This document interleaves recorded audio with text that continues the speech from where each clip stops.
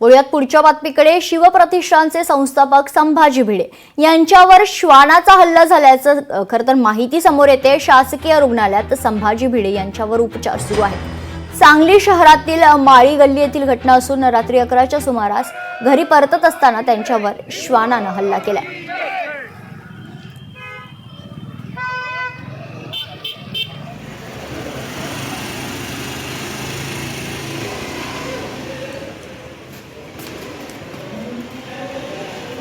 शिवप्रतिष्ठानचे संस्थापक संभाजी भिडे यांच्यावर श्वानाने हल्ला केल्याची माहिती समोर येते। शासकीय रुग्णालयात संभाजी भिडे यांच्यावर उपचार सुरू आहेत। सांगली शहरातील माळी गल्ली येथील ही घटना असून रात्रीच्या सुमारास घरी परतत असताना संभाजी भिडे यांच्यावर श्वानाने हल्ला केला आणि त्यात ते जखमी झाल्याचं कळतंय।